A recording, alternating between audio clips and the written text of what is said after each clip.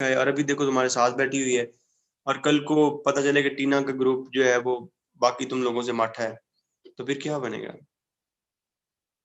क्या फायदा हुआ वो सारा कुछ करने का? तो यार मैं not very good with it.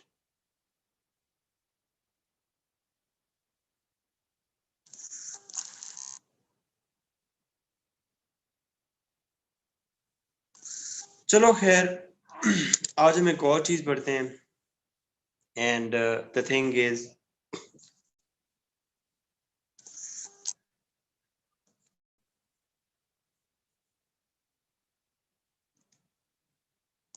For आपकी उधर कोर्स में टॉपिक है foreign policies of selected countries.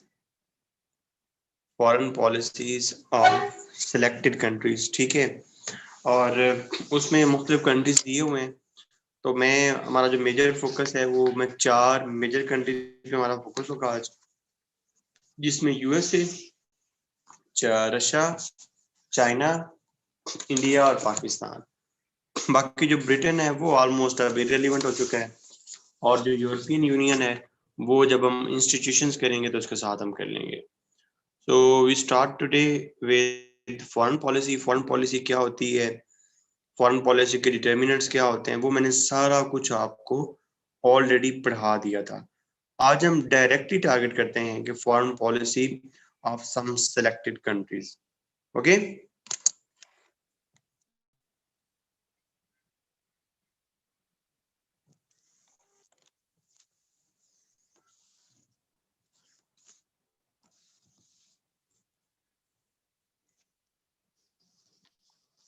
नहीं विद रेफरेंस ऑफ पाकिस्तान, नहीं ओवरऑल, ओवरऑल उनकी फॉरेन पॉलिसी।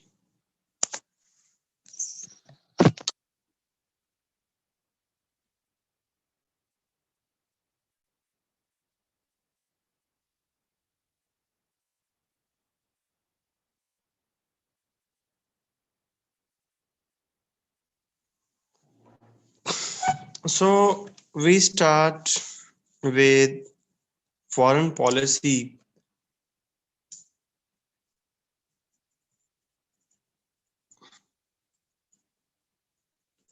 of USA.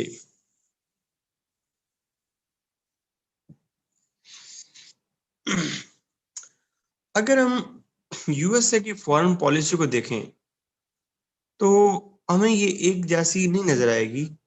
इसके अंदर नंबर ऑफ टर्न्स हैं जो with the passage of time USA ने लिए।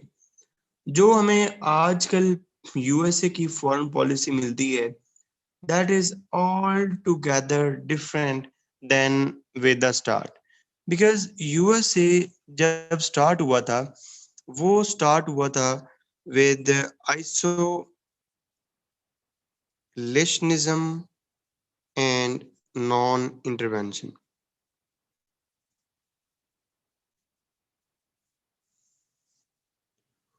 वो ये था कि जब यूएसए बना था इन 1781, तो यूएसए पहले एक कॉलोनी थी, और कॉलोनी थी यूके की, और जंग करके इन्होंने यूके से आज़ादी ली थी।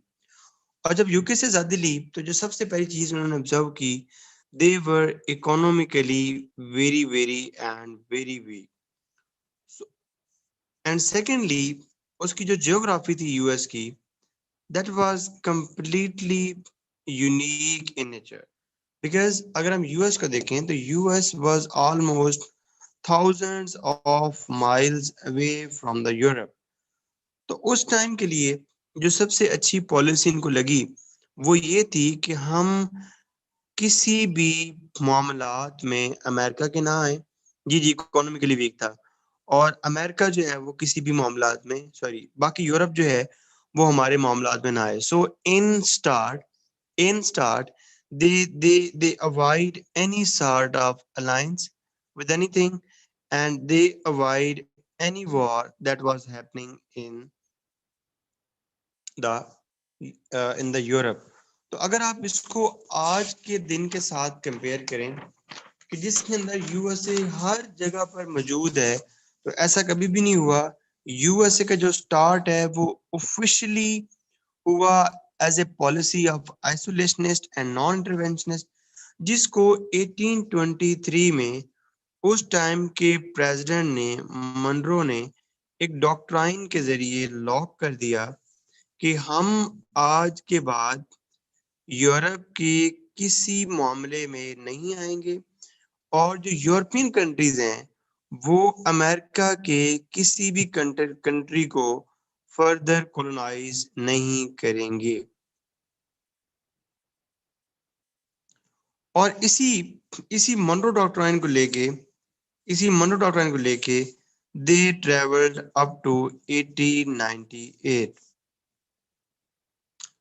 1898 में एक वॉर हुई यूएस की स्पेन के साथ, जिसको हम कहते हैं स्पेनिश अमेरिकन वॉर।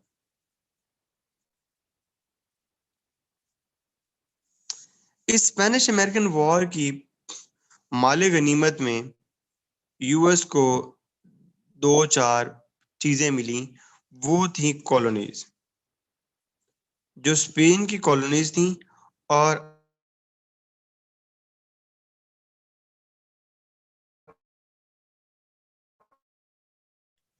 में जो मेजर कॉलोनीज थी दैट वाज फिलीपीन,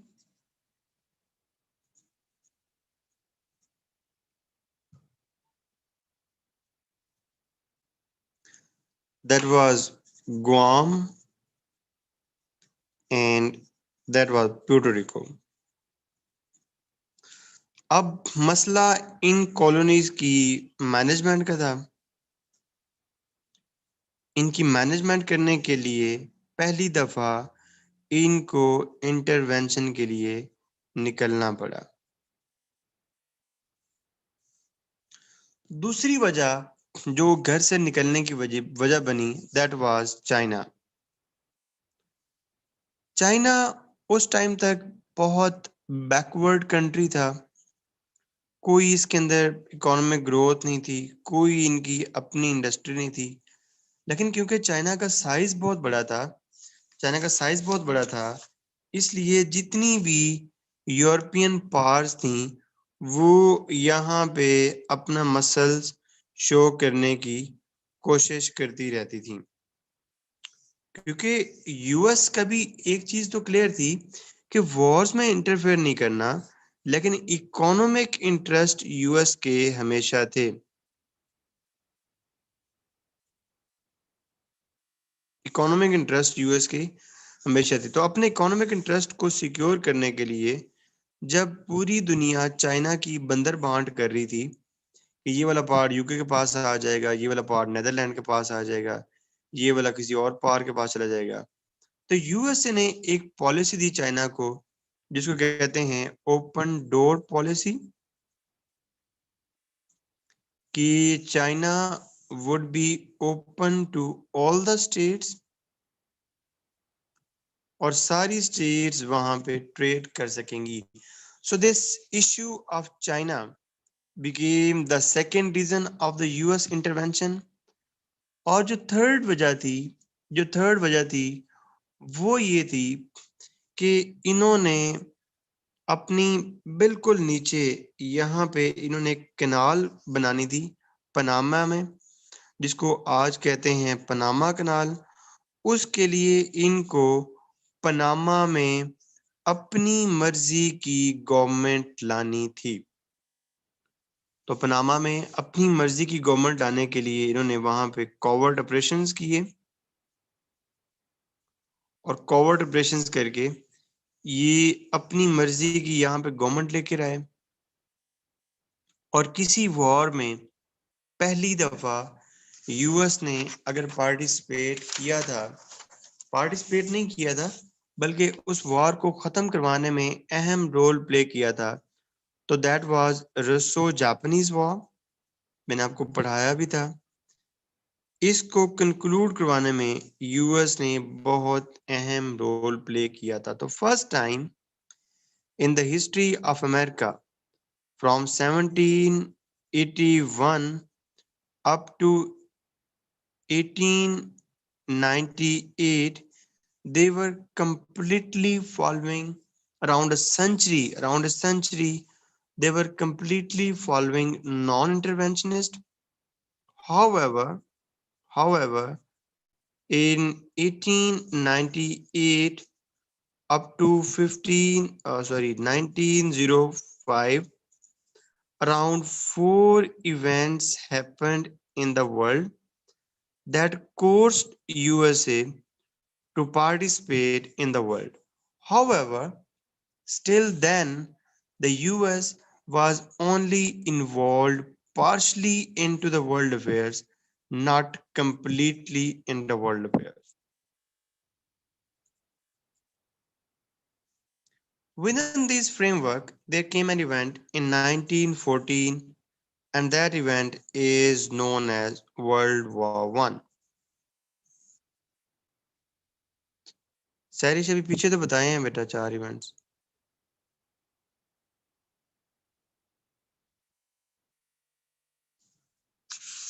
एक एक एक्सप्लेन तो किया है. नंबर वन कॉलोनीज मिली थी. नंबर टू चाइना की open door policy. Number three Panama issue. And number four रसो जापानीज वॉर. समझ नहीं आई बात?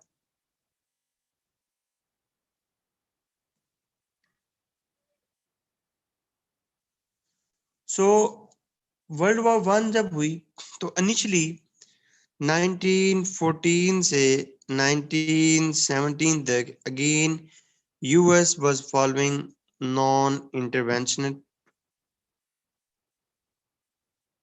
However, some events made them the part of the World War One in 1917. But at the end of the World War One in 1918 and till the Treaty of Versailles in 1919 and League of Nations of 1919, US again went back to its earlier foreign policy. US said a clear-cut no. US said clear-cut no to the European affairs as US did not join the League of Nations. However, however, फिजा मैं तो इतनी मुश्किल बातें कर ही नहीं रहा हूँ बेटा. कहाँ से नहीं समझ आई? कोई पिन पॉइंट करो बात जो समझ ना आई हो.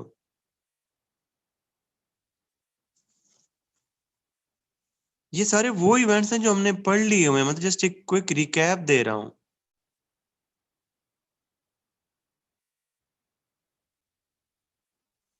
जनाब स्पीड इसलिए तेज हो गई है कि मैं पढ़ा नहीं रहा. ये तो मैं रिकैप दे रहा हूँ. ज़ारा ये तो मैं रिकैप दे रहा हूँ यार. ये सब कुछ मैंने पढ़ा दिया हुआ तुम लोगों को.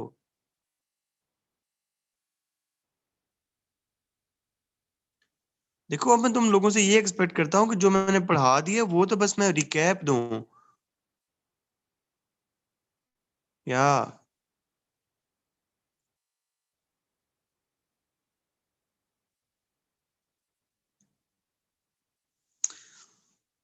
वर्ल्ड वॉर वन के बाद जब वर्ल्ड वॉर वन एंड हुई और लीग ऑफ नेशन बनी तो लीग ऑफ नेशन में यूएस ने पार्टिसिपेट नहीं किया.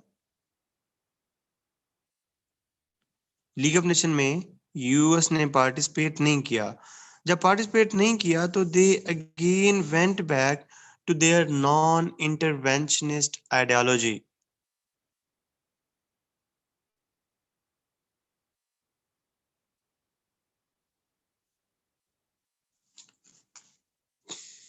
ठीक है अब समझ आइए फिजा.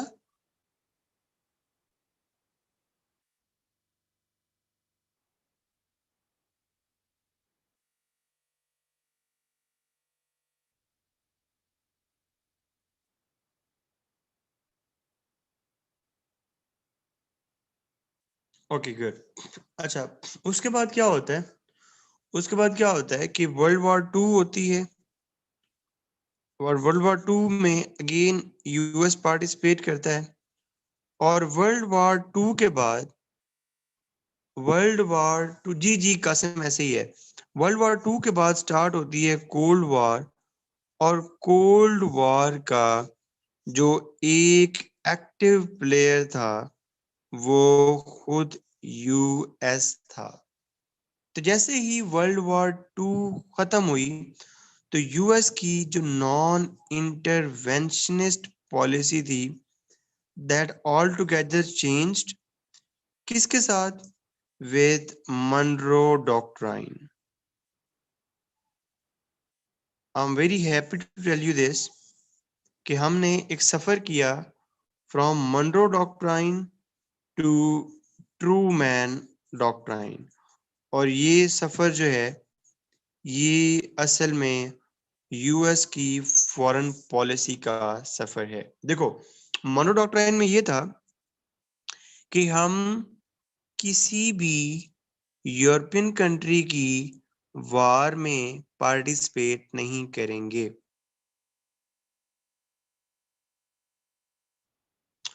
सुहेल ज्वाइन नहीं किया उसको। ये अब यूएस हिस्ट्री का बहुत बड़ा क्वेश्चन है, लेकिन मैं यूएस हिस्ट्री पढ़ाना नहीं चाहता तुम लोगों को, बिकॉज जिन लोगों का नहीं है वो क्यों फजूल चक्कर में पड़े। बस आप ये याद रख लो कि league of nation, yes you are right, कि league of nation plan US का ही था, but USA did not join it. अब इसने यूएस ने क्यों नहीं ज्वाइन किया, इसके ऊपर पूरा जो ना वो 1 घंटे का लेक्चर होता है मेरा यूएस हिस्ट्री में, तो मैं उसमें नहीं पढ़ना चाहता। क्लियर?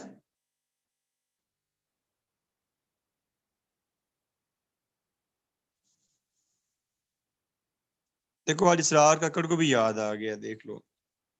सो मनरो डॉक्ट्रिन ये थी, मनरो डॉक्ट्रिन ये थी 1823 में कि हम किसी यूरोपियन कंट्री में इंटरफेयर नहीं करेंगे और कोई यूरोपियन कंट्री हमारे मुल्क में इंटरफेयर नहीं करेगा। ठीक है, और ट्रू मैन डॉक्ट्रिन ये थी कि अगर यूएसएसआर किसी भी कंट्री के अंदर इंटरवेंशन करेगा तो यूएसए उस कंट्री को प्रोटेक्ट करेगा।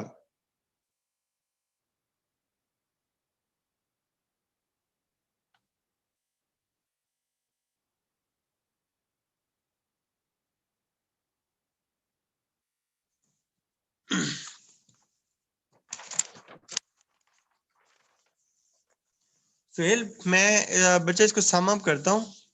इसको जब मैं सम अप करूंगा तो फिर आपकी सारी बातें जो ना समझ आ जाएंगी आपको। ठीक है, और जैसे ही कोल्ड वॉर एंड हुई, जैसे ही कोल्ड वॉर एंड हुई, तो कोल्ड वॉर के एंड होने पे क्या हुआ कि वर्ल्ड ऑर्डर ही ऑल टुगेदर चेंज हो गया। बिकॉज दुनिया जो है वो यूनिपोलर हो गई, और जब यूनिपोलर हुई और यूएसए दुनिया का अकेला सुपर पावर कंट्री बना, तो इसके ऊपर मॉरल बाइंडिंग थी, इसके ऊपर एक मॉरल बाइंडिंग थी कि दुनिया के जो भी अग्रेसर कंट्रीज हैं, दुनिया की जो भी अग्रेसर कंट्रीज हैं उनको ये लाइन इन करे, ये उनको ये ठीक करे। तो इसके बाद US actively became the part of international affairs. ठीक है, उसके बाद हम देखते हैं कि बुश डॉक्ट्रिन आया।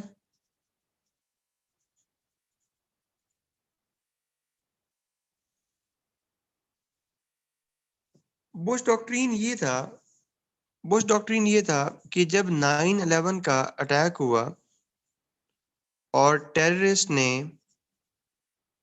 ट्विन टावर पे अटैक किया, तो उसके बाद बुश ने एक डॉक्ट्रिन दी जिसको बुश डॉक्ट्रिन कहते हैं। उस डॉक्ट्रिन के 3 जो हैं वो फंडामेंटल प्रिंसिपल्स थे। जो पहला फंडामेंटल प्रिंसिपल था वो था प्री एम्प्टिव स्ट्राइक।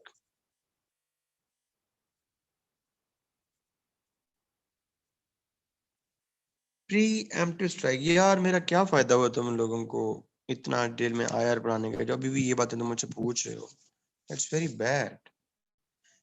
यार जो भी मेजर वर्ल्ड पावर होती है, मोहल्ले के चौधरी का ये फर्ज नहीं होता कि अगर किसी की बकरी चोरी हो गई है, अगर किसी की लड़ाई हो गई है, तो मोहल्ले का चौधरी उसको छुड़ाएगा, ये उसकी मॉरल बाइंडिंग नहीं होती? गांव में जितनी भी पंचायत होती हैं, जो भी कबाइल का लीडर होता है, वो सारे चौधरी के पास नहीं जाते? तो चौधरी के ऊपर एक मोरल बाइंडिंग नहीं होती?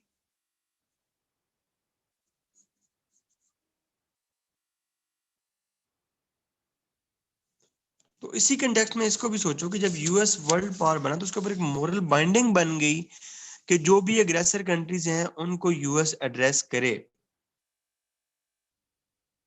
देखो, मैं जो जो क्रिटिकल डिबेट है ना कि उसने किया नहीं किया, वो एक अलग चीज है। मैं अभी I am strictly talking in the context of the US foreign policy कि यूएस फॉरेन पॉलिसी स्टार्ट से लेके अब तक उसमें कौन कौन सी डायमेंशंस चेंज हुई, उसके अंदर कौन कौन से जो है ना वो फेजेस आए। डू यू गॉट इट और नॉट? इसको सम भी करेंगे, हम परेशान नहीं होना। मतलब तुम लोगों को शर्म आनी चाहिए, ये सारी बातें हमने पढ़ी हुई हैं, just I am just giving a recap, लेकिन फिर भी हम सम अप करेंगे।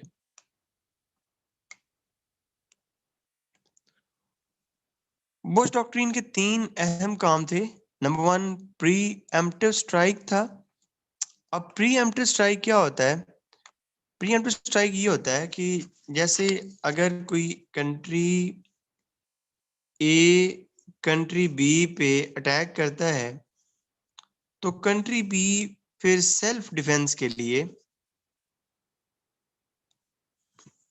कंट्री ए पर अटैक करेगा। प्री एम्प्टिव स्ट्राइक ये होती है, प्री एम्प्टिव स्ट्राइक ये होती है कि अगर आपको ये लगे कि कंट्री ए है और कंट्री बी है, अगर आपको ये लगे कि कंट्री ए मुझ पर अटैक कर देगा, ठीक है, तो इससे पहले कि ये अटैक मिच्योर हो, इससे पहले कि ये अटैक मटेरियलाइज हो, कंट्री बी ऑलरेडी उसके ऊपर अटैक कर दे, ठीक है। और इसी का सहारा लेके यूएस ने इराक के ऊपर अटैक किया।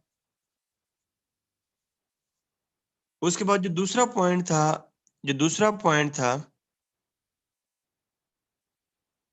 पॉइंट था वो ये था कि there is no difference between terrorism plus countries harbouring terrorists. मतलब वो ममालिक जिनके अंदर जो मतलब टेररिज्म है, और वो कंट्रीज जो उन टेररिस्ट को, सॉरी यहाँ टेररिस्ट लिखना था, मतलब टेररिस्ट के अंदर और वो कंट्रीज जो टेररिस्ट को हार्बर कर रही हैं, उनमें कोई फर्क नहीं है। मतलब अफगानिस्तान के अंदर जो अफगान गवर्नमेंट है और जो तालिबान है, उनमें उस टाइम उन्होंने कहा कि कोई भी फर्क नहीं है and we will attack them. तीसरा उन्होंने ये कहा था कि हम लिबर्टी को और इंडिपेंडेंस को और डेमोक्रेसी को दुनिया के अंदर स्प्रेड करेंगे, ताकि दुनिया ताकि दुनिया एनिमोसिटी, रिप्रेशन और फेयर से आजाद हो जाए।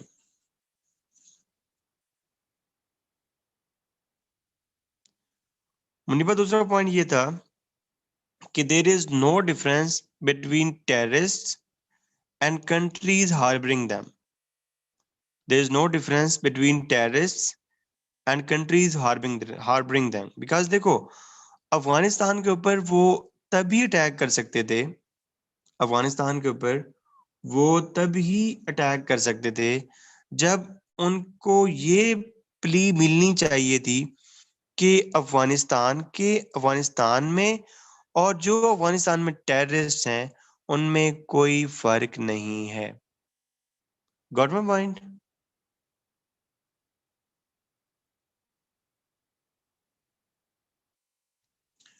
उसके बाद एक न्यू रजीम आया, दैट वाज ओबामा रजीम।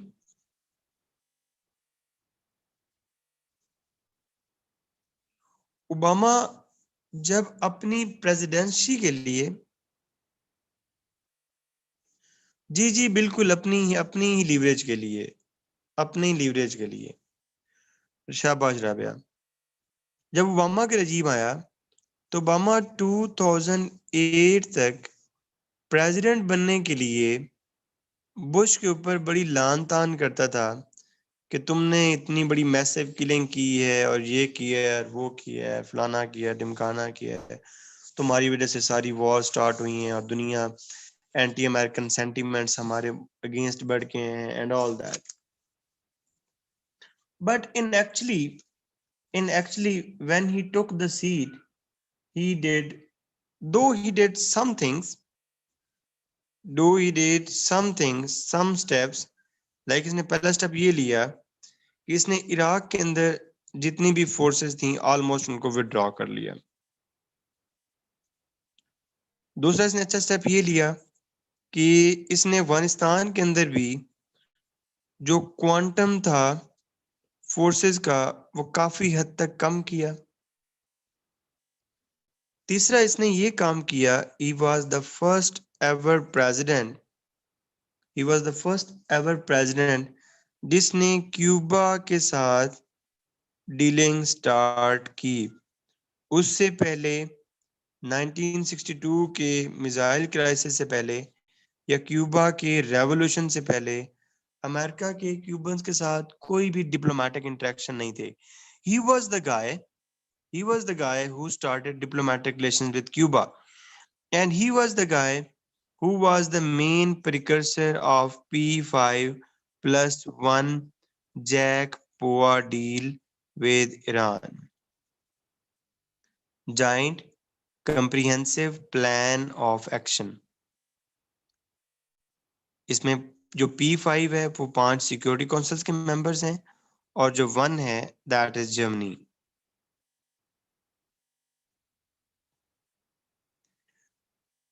लेकिन अगर हम इसकी पॉलिसीज को होलिस्टिकली देखें, ऊपर से देखें, तो टू बी वेरी ऑनेस्ट, ना इसने कोई इराक को प्रॉपर एंड दिया उसकी वॉर को, ना इसने अफगानिस्तान की वॉर को प्रॉपर एंड किया, ना इसने P5+1 का कोई एंड कंक्लूजन निकाला, और ना ही इसने क्यूबा के अंदर एक ऑफिशियल मीटअप के बाद कुछ अच्छी चीजें की। सो जब आपने बुश रजीम का क्रिटिकल एनालिसिस करना है तो ओबामा रजीम का जब क्रिटिकल एनालिसिस करना है तो ये तो कहना है कि he made some measures to go away from Bush doctrine, but in the larger context he done nothing for the for the for the material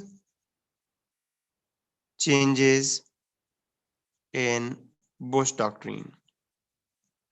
material changes मतलब वो चेंजेस जो प्रॉपर नजर आती कि हाँ यार ये बुश डॉक्ट्रिन थी और अब ये जो कंटेक्स्ट है ये चीज चेंज हो गया है। There doesn't came any material changes, he was unable to to to to to to complete his initiatives. उसके बाद आया हमारे पास ट्रंप का रजीम।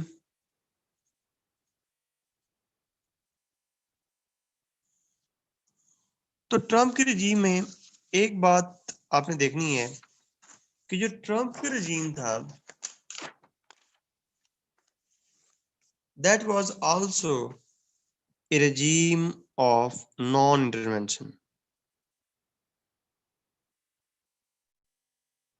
That was also a regime of non-intervention।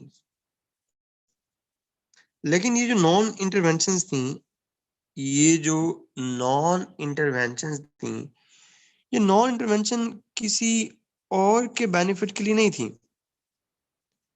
ये non intervention America first policy के benefits के लिए थी। ये नॉन इंटरवेंशंस अमेरिका की इकोनॉमिक ग्रोथ के लिए थी। अगर यूरोपियन यूनियन से ट्रंप ने विड्रॉ किया तो अपने बेनिफिट के लिए विड्रॉ किया। अगर पेरिस क्लाइमेट एग्रीमेंट से विड्रॉ किया तो अपने बेनिफिट के लिए विड्रॉ किया। अगर सीरियन इश्यू से विड्रॉ किया तो अपने बेनिफिट के लिए विड्रॉ किया। क्यों? क्योंकि China as a commercial enemy इसने बहुत ज्यादा प्रोग्रेस कर ली थी। तो यूएस के जो मेन इंटरेस्ट में चीज थी वो ये थी कि चाइना की बढ़ते हुए ट्रेड डेफिसिट को कम किया जाए और अमेरिका का जो ट्रेड वॉल्यूम है वो बढ़ाया जाए। सो जिथों दी खोती उथे आके खलोती। मतलब जहां से नॉन इंटरवेंशन से इकोनॉमिक इंटरेस्ट के लिए बात चली थी, आज भी अमेरिका वहीं पे आके खड़ा है। Because in the start they kept A policy of non intervention in the regime of Washington. क्यों?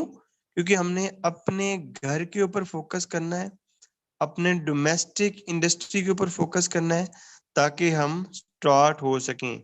तो डिफरेंट फेजेस के बाद आज फिर ट्रंप के दौर में again America is following a policy of non intervention. क्यों? For the improvement of domestic industry.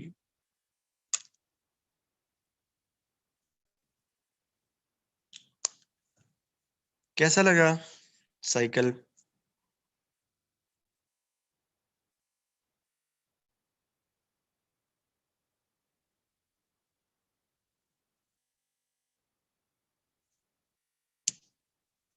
चलो अब इसको थोड़ा सा सम अप करते हैं, दोबारा सम अप करते हैं। थोड़ा सा ना इसको फेजेस में कन्वर्ट कर लेते हैं। इसको थोड़ा फेजेस में कन्वर्ट कर लेते हैं, ठीक है?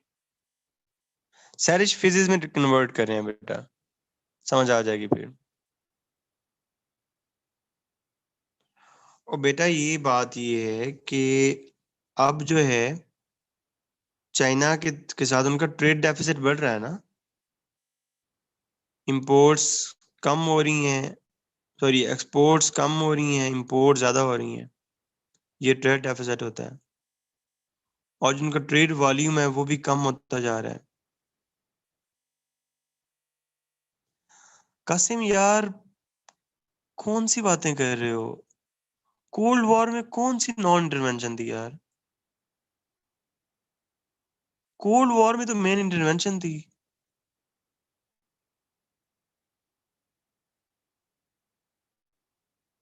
बेटा कोल्ड वॉर में तो मेन इंटरवेंशन थी।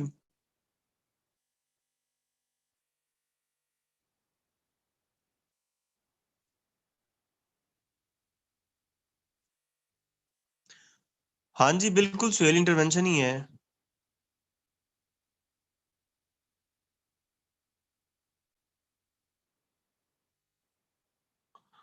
चलो अब इसके थोड़ा फेजेस के हिसाब से देखते हैं, फिर सही समझ आ जाएगी आपको। तो मुझे ये बताओ कि अमेरिकन फॉरेन पॉलिसी का जो फेज वन था, अमेरिकन फॉरेन पॉलिसी का जो फेज वन था वो स्टार्ट हुआ वाशिंगटन से। And this phase was based on isolationist agenda कि हमने किसी पंगे में एंटर नहीं होना।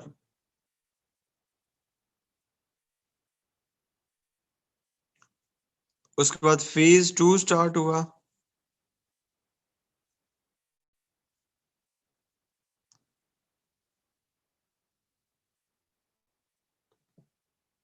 That was from 1898 after American Spanish War due to 4 reasons. They participated in the world affairs. उसके बाद फेज 3 स्टार्ट हुआ from world war 1 and World War II.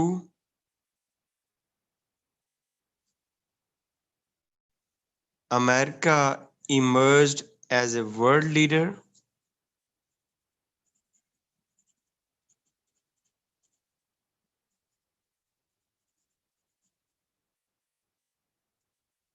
उसके बाद फेज 4 स्टार्ट हुआ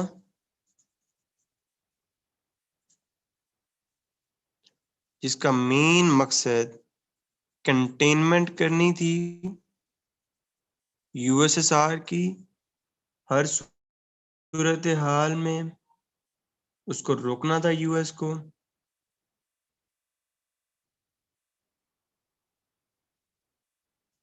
उसके बाद फेज 5 शुरू हुआ, इधर with us or against us. Bush Doctrine.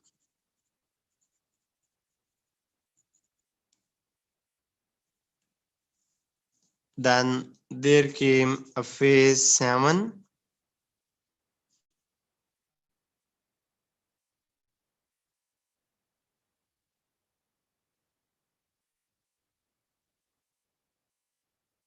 There were alliances जैसा कि पाकिस्तान के साथ अलायंस था,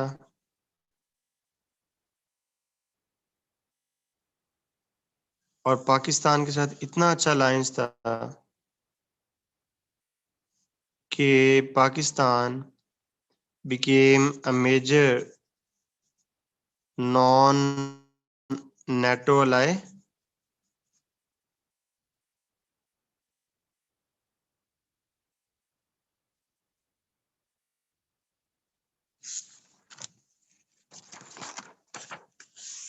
Then the same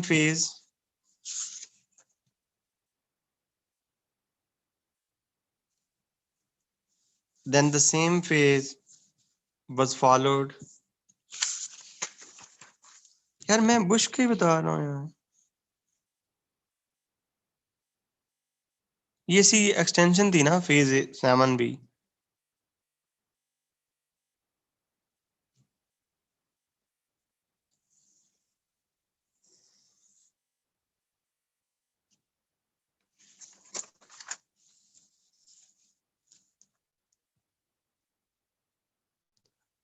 अच्छा मेरी बात सुनो,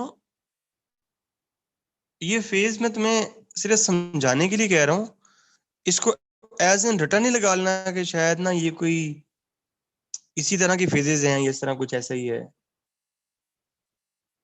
ओ माय गॉश यार, पता नहीं तुम लोग कहाँ से आए हो। ठीक है, ये तुम पढ़ो ही ना, इस तरह पढ़ो ही ना, ठीक है, ओके फाइन, किसी और तरीके से करते हैं ताकि तुम्हें याद रहे। नहीं तुम लोग क्या समझ रहे थे कि इनको फेजेस से इसी तरीके से याद रखने हैं?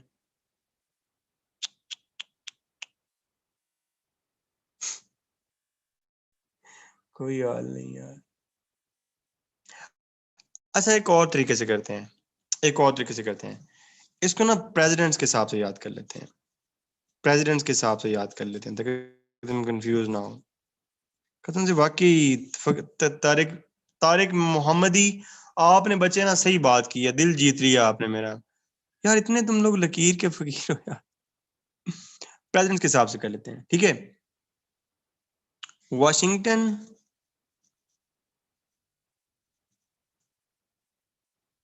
वाशिंगटन प्लस मनरो, क्या पॉलिसी थी दोनों की? वाशिंगटन से लेकर मनरो तक क्या पॉलिसी थी? Non intervention, isolationist. ओ भाई मुझ पे क्या ट्रस्ट, सिंपल सी बातें हैं यार, मुश्किल इसमें क्या है। उसके बाद 1898 के इवेंट पे आओ, 1898 के इवेंट पे आओ, और यहाँ पे प्रेसिडेंट कौन है, कौन है प्रेसिडेंट यहाँ पे, हाँ थियोडोर रूजवेल्ट।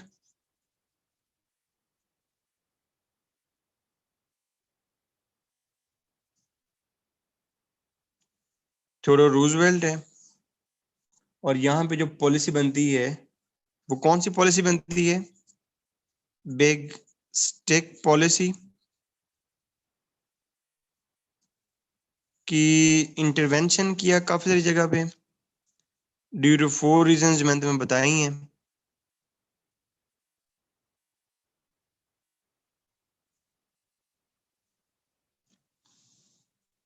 उसके बाद विल्सन एंड वर्ल्ड वॉर 1,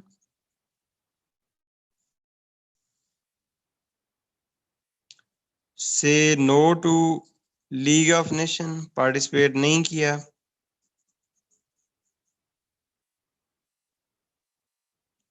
उसके बाद world war 2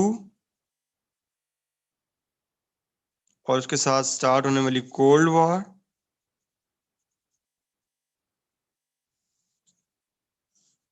Franklin Delano Roosevelt president था वर्ल्ड वॉर 2 में, और कोल्ड वॉर में जो प्रेसिडेंट था that was Truman, Truman doctrine. अन्नी बात है जहां पे भी यूएसएसआर इंटरवीन कर रहा है वहां पे यूएसएसआर को रोको किसी भी तरीके से। उसके बाद रोनाल्ड रीगन, बड़ा सख्त प्रेसिडेंट था यूएस का, इसने कहा कि डायरेक्ट कंटेनमेंट करो, डायरेक्टली रोको यूएसएसआर को। तो डायरेक्टली कहां पे रोका यूएसएसआर को, अफगानिस्तान में, डायरेक्ट इंटरवेंशन। उसके बाद बुश, बुश प्रिवेंटिव वॉर, कि अटैक ही ना कर सकें वो हमारे ऊपर अटैक ही ना कर सकें। उसके बाद ओबामा, निगोशिएशंस प्लस कोलैबोरेशन। और उसके बाद Trump, America first and non intervention. चलो यार तुम्हें दोनों तरीकों से करवा दिया, जिस तरीके से अच्छा लगे उसी तरीके से कर सकते हो। और कसम से ये 2 पेज ही याद कर लोगे ना, ये वाले 2 पेज भी जिसके ऊपर काउंटर लगा दिया मैंने, और ये वाला भी, और अगर पेपर में क्वेश्चन आए तो ही वुड गॉट इम्प्रेस्ड कि यार इसको हर हर एरा का पता है अपने आप को। मैंने तुम्हें पूरे आईआर में अभी तक यही समझाया है कि कहीं भी अपने आप को कोने में बंद नहीं कर देना, कहीं भी अपने आप को फिक्स नहीं कर देना कि सर ये चीजें नो। आपको पता होना चाहिए कि भाई ये हुआ, फिर ये हुआ तो ये पॉलिसी थी, ये हुआ तो ये पॉलिसी थी, ये हुआ तो ये पॉलिसी थी। ओके नाउ एक इंटरेस्टिंग चीज है जो मैं आपको बताना चाहता हूं, उसके बाद आपको ये चीजें बिल्कुल ना क्रिस्टल क्लियर हो जाएंगी। वो ये है कि इनकी जो है ना वो फॉरेन पॉलिसी, हम उनको वीएन के हिसाब से डिवाइड कर सकते हैं। एक तीसरी डायमेंशन भी देख लो ताकि तुम्हें कोई मसला ना हो। हम उनको वीएन्स के हिसाब से भी डिवाइड कर सकते हैं।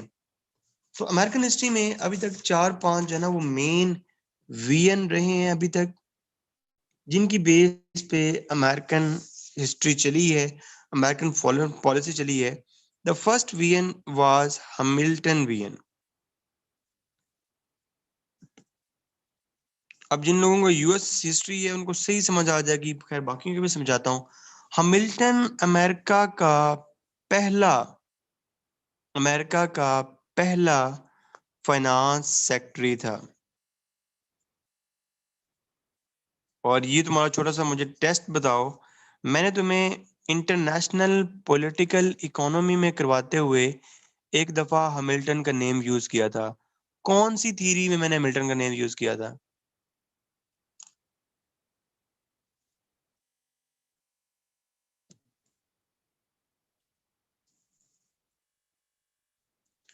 ओह वाह, माशाल्लाह माशाल्लाह, जबरदस्त रुशान, वेरी गुड, जबरदस्त सना, मर्केंटालिज्म में, ठीक है।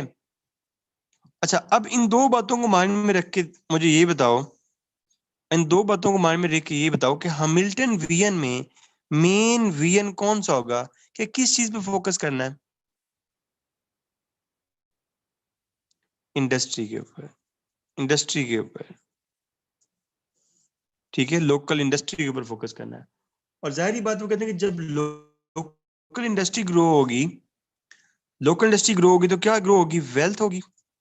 और जब वेल्थ होगी तो वो अल्टीमेटली मिलिट्री कैपेबिलिटी को इंक्रीज करेगी। समझ आई बात? That is Hamilton Wien.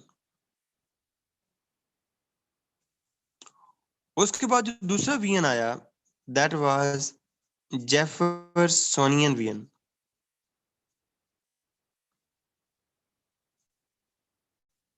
Hamilton का और जेफरसन का एक दूसरे के साथ एक कुत्ते का वैर था, ठीक है, they were completely opposite with each other. इसका जो मेन फोकस था, इसका जो मेन फोकस था वो ये था कि बजाय इंडस्ट्री के ऊपर इन चीजों पे फोकस करने के ऊपर, main focus should be on democracy and governance and giving rights, sorry, giving equal rights to all. और वो कहता था कि जब ये चीजें इंश्योर हो जाएंगी, जब ये चीजें इंश्योर हो जाएंगी तो country ultimately would be more stronger.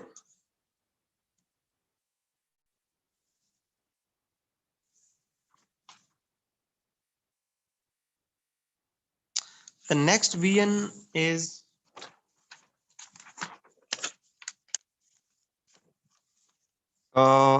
Wilsonian VN।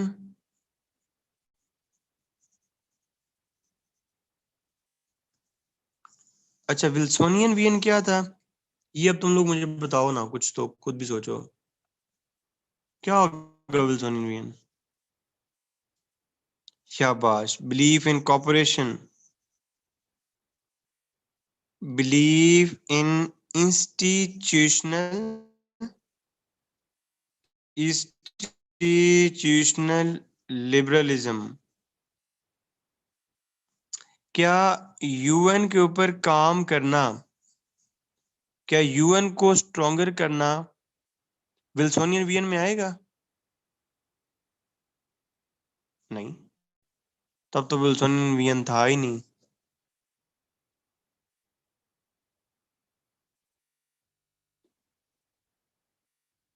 ठीक है, मैं ठीक कह रहा हूं जब भी मैं कह रहा हूं।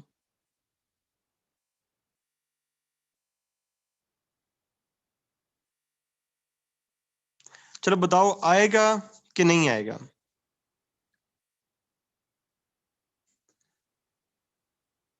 शाबाश, समझदार हो गए, शुक्र है शुक्र है। कसम से ना ना तुम कहते तो मैंने जूती इधर से उतार लेनी थी। ये आइडियाज हैं, आइडियाज हैं, वीएन है, ठीक है। इसका ये मतलब है कि अगर आजकल ट्रम्प किस, अगर ट्रम्प वापस जा रहा है तो वो किस वीएन पे काम कर रहा है? हैमिल्टन वीएन पे काम कर रहा है।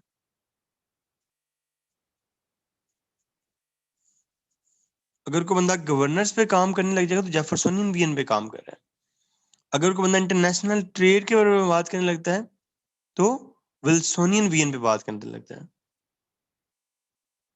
और एक वीएन है जैक्सोनियन वीएन। ये वीएन इंतहाई खतरनाक है और इंतहाई घटिया है। ये वीएन ये कहता है कि जंग करो ते नहीं पा दो, जंग करो, वॉर करो, जो मर्जी करो, ठीक है, और अपने बंदे कम से कम मरवाओ, उनके जो है ना ज्यादा से ज्यादा मारो, और मतलब एक स्ट्रॉन्ग किस्म की ना पॉलिसी अपनाओ, हिटलर किस्म की। कुछ लोग भी होते हैं ना हिटलर के जैसे।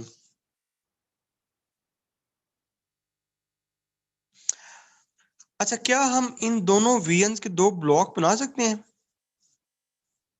इन चारों वीएंस के हम दो ब्लॉक बना सकते हैं?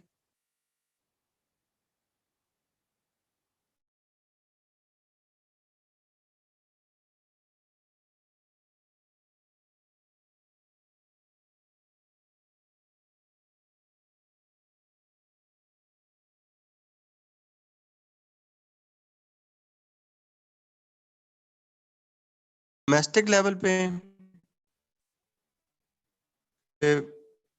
विल्सन ब्लॉक इंटरनेशनल लेवल पे।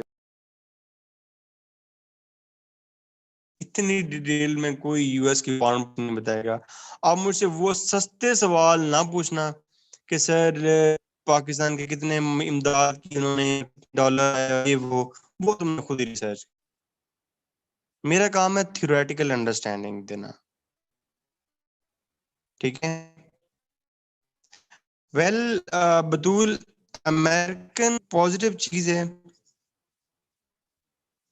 जिसको आप उसमें कर सकते हो। P5+1 थी, जैकपोआ, वहां से विड्रॉ कर लिया, WHO से विड्रॉ कर लिया, तो तुम्हें कौन सी कॉपरेशन नजर आ रही है बेटा इसमें? या यूनेस्को को ऑल आउटराइटली रिजेक्ट कर दिया इसने।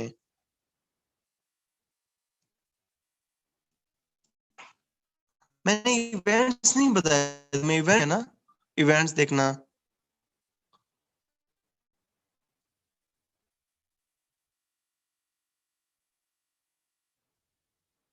मुझे बस जो पहली क्लास डर था ना, वही डर अब तक है कि यार ये बहुत लंबा हो गया यार, मतलब यार ये बहुत कुछ करवाने वाला था इसमें, तो थक गया हूं मैं। तभी हमने रशियन फॉरेन पॉलिसी भी पढ़नी है।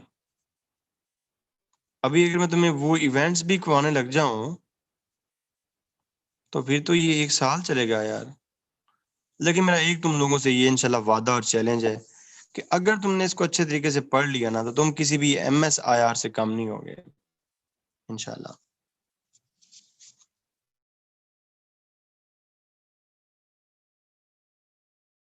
पॉलिसी में एक एज है, रशियन फॉरेन पॉलिसी में एक एज है।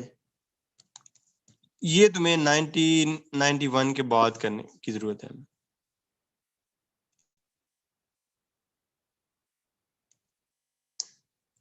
अब मुझे ये बताओ कि सर 1991 से पहले क्यों नहीं? Why not before 1991? यूएसएसआर तो थी, यूएसएसआर तो थी, लेकिन देखो, जो काम यूएसए के अगेंस्ट कर रहा होगा, जो काम यूएस के उल्ट चल रहा होगा, that would be Russian foreign policy. और नहीं बतूल, नहीं, क्या कर रहे हो यार? जो काम यूएस के अगेंस्ट हो रहा होगा, that would be Russian foreign policy. So simple is that.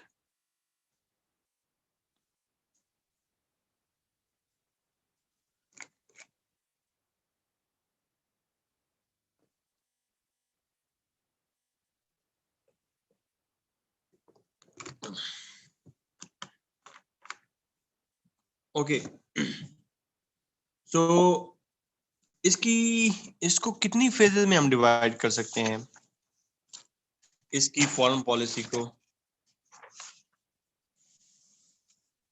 सैरिश बता दिया ना भी कि 1991 की तो फॉरेन पॉलिसी तुम्हें पता है, 1917 से लेके 1991 की फॉरेन पॉलिसी तो पता है? नहीं पता?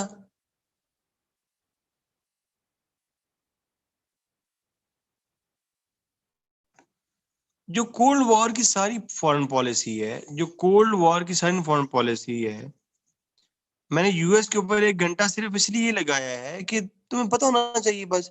उसके उल्ट सारा कुछ होगा, वो यूएसएसआर कर रही होगी। इसका जो मेन फॉरेन पॉलिसी है वो कोल्ड वॉर के बाद है। तो कोल्ड वॉर के बाद जो फॉरेन पॉलिसी है हम उसको 3 फेजेस में डिवाइड कर सकते हैं। Briefly we can divide it in 3 main phases. Number 1, 1991 to 9/11, ठीक है। दूसरी है 9/11 to war on terrorism around 2008 तक, और एक जो है जो करंट चल रही है वो शेप किया इसने। इस दौर में कहीं आपको रशिया नजर आता है?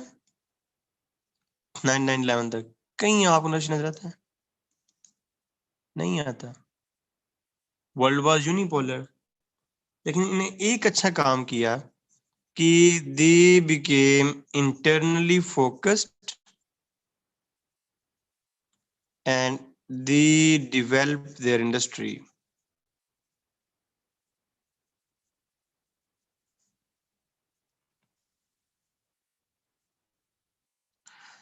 अच्छा, इस फेज में रशिया क्या कर रहा है? इस फेज में रशिया क्या कर रहा था?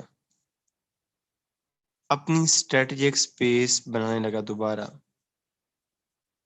दोबारा से अपनी स्ट्रेटेजिक स्पेस क्रिएट करने लगा।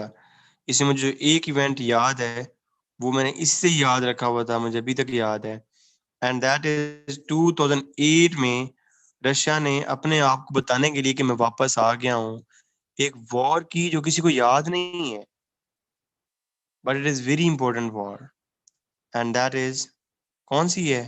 पता है किसी को? नहीं, नहीं, नहीं, देखो किसी को पता ही नहीं है। This is very important war, जरूर लिखना पेपर में। Russo Georgian war. रशिया ने जॉर्जिया के साथ एक वॉर लड़ी थी,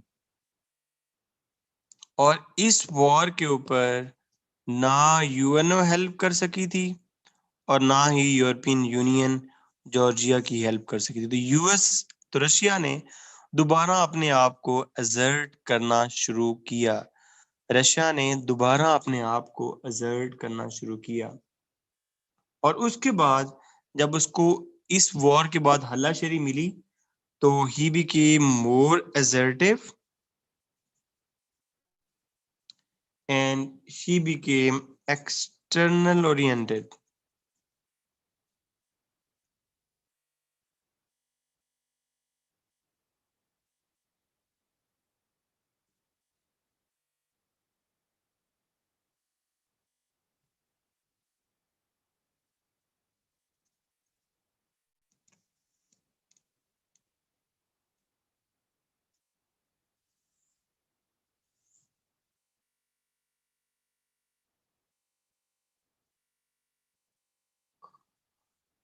अच्छा, अब तुमने ना एक बात ये देखनी है, तुमने एक बात ये देखनी है कि असल में जो पूरे का पूरा इंटरनेशनल मीडिया था कोल्ड वॉर में, कोल्ड वॉर में जितना भी इंटरनेशनल मीडिया था, दैट वाज विद यूएसए।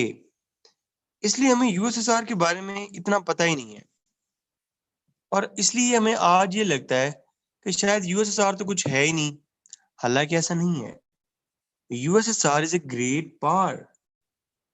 अगर फॉरेन पॉलिसी के डिटर्मिनेंट्स में जो एक डिटर्मिनेंट पावर का आता है, तो इसमें अगर आप देखते हो तो US is the world biggest country.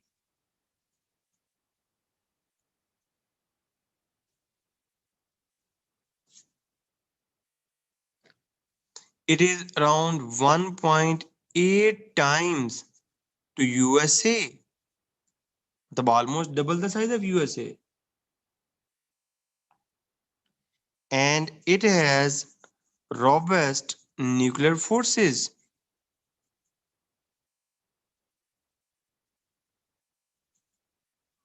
और कहते हैं कि यूएस की जो न्यूक्लियर टेक्नोलॉजी है, सॉरी यूएस रशिया की, that is more robust then even USA. Third point is very important, जिसकी तरफ किसी का ध्यान ही नहीं जाता, that is this is the only Eurasian power.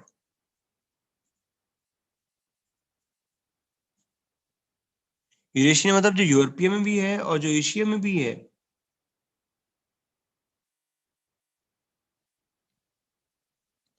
And the fourth important thing is it is energy superpower. It has huge oil resources. It has huge gas resources. All the energy of the Europe comes from USSR.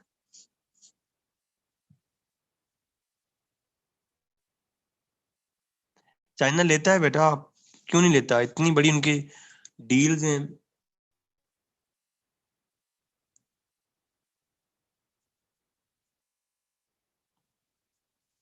या ये अकेला Eurasian power है।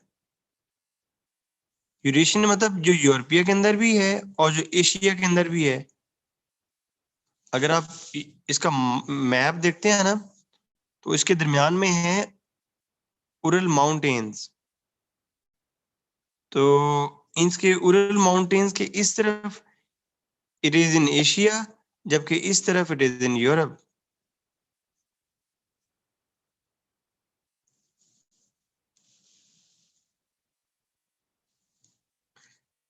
He has third largest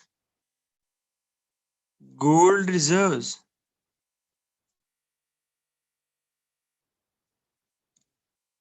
and this is the only country who has almost equal military capability,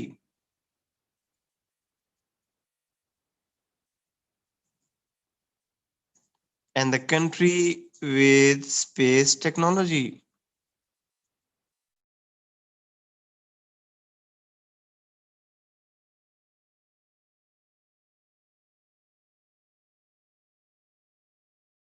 बड़े structural realist थे।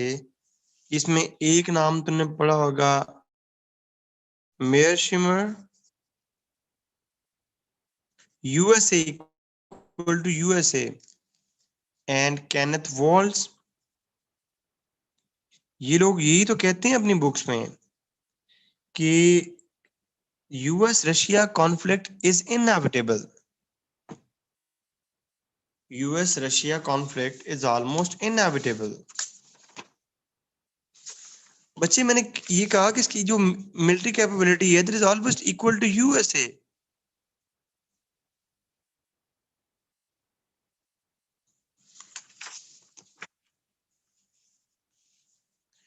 Mayor ये कहता है कि since very long they have military competition, and sooner the Russia will threat USA।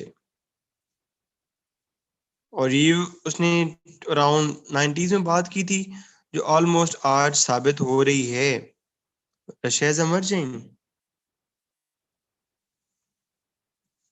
जबकि Kenneth walls ने ये कहा था कि जब आप यूनिपोलर की सीट पे होते हैं, तब आपके साथ बड़े मसाइल होते हैं। तो उसने कहा था कि यूनिपोलर तो सबसे वीकेस्ट होता है।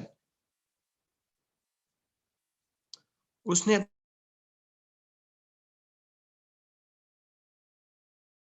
उसके सामने तो एक सिंगल टारगेट होता है बस, कि एक्सपैंड करना है। And he also says Russia is expanding.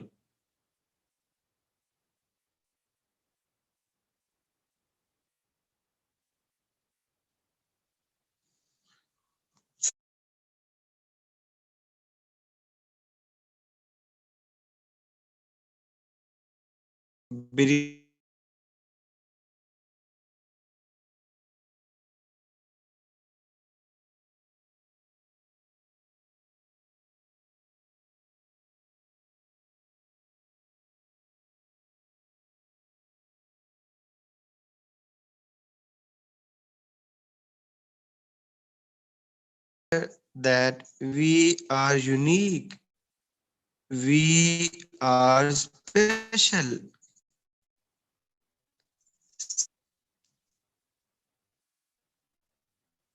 मुझे लगता है कि हम बड़ी स्पेशल पावर्स हैं, और जो रशिया है वो ग्रेट पावर है। हम शुरू से ही अजीम कौम है। जियोग्राफिकल एक्सटेंट है the largest, we are the largest nation. अभी आइडियोलॉजी में चीजें आ रही हैं, ठीक है। वी आर, नहीं फिजान ये नहीं।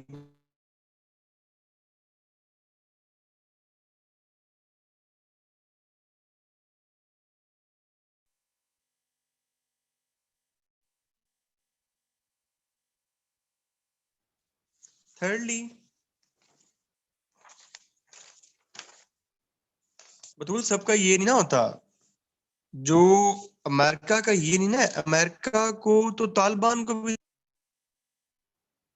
अमेरिका को तो साउथ अफ्रीका, अमेरिका को तो साउथ चाइना सी, अमेरिका को तो ईस्ट चाइना सी में भी देखना है।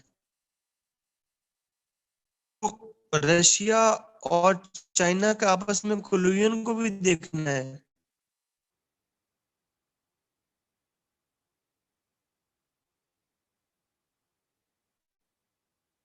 हाँ जी।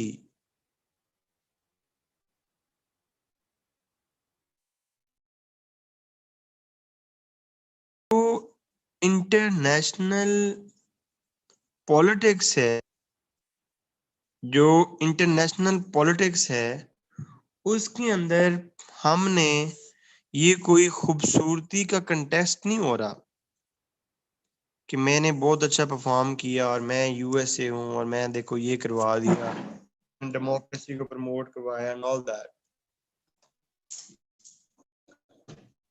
एज ए कल्चर ऑफ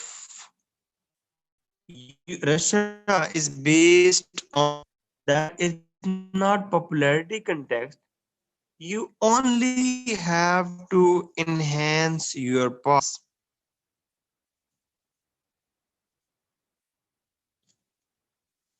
हैं कि हमें किसी की कंडेमनेशन से कोई मसला नहीं है। इसके कंटेक्स्ट को अनेक्स किया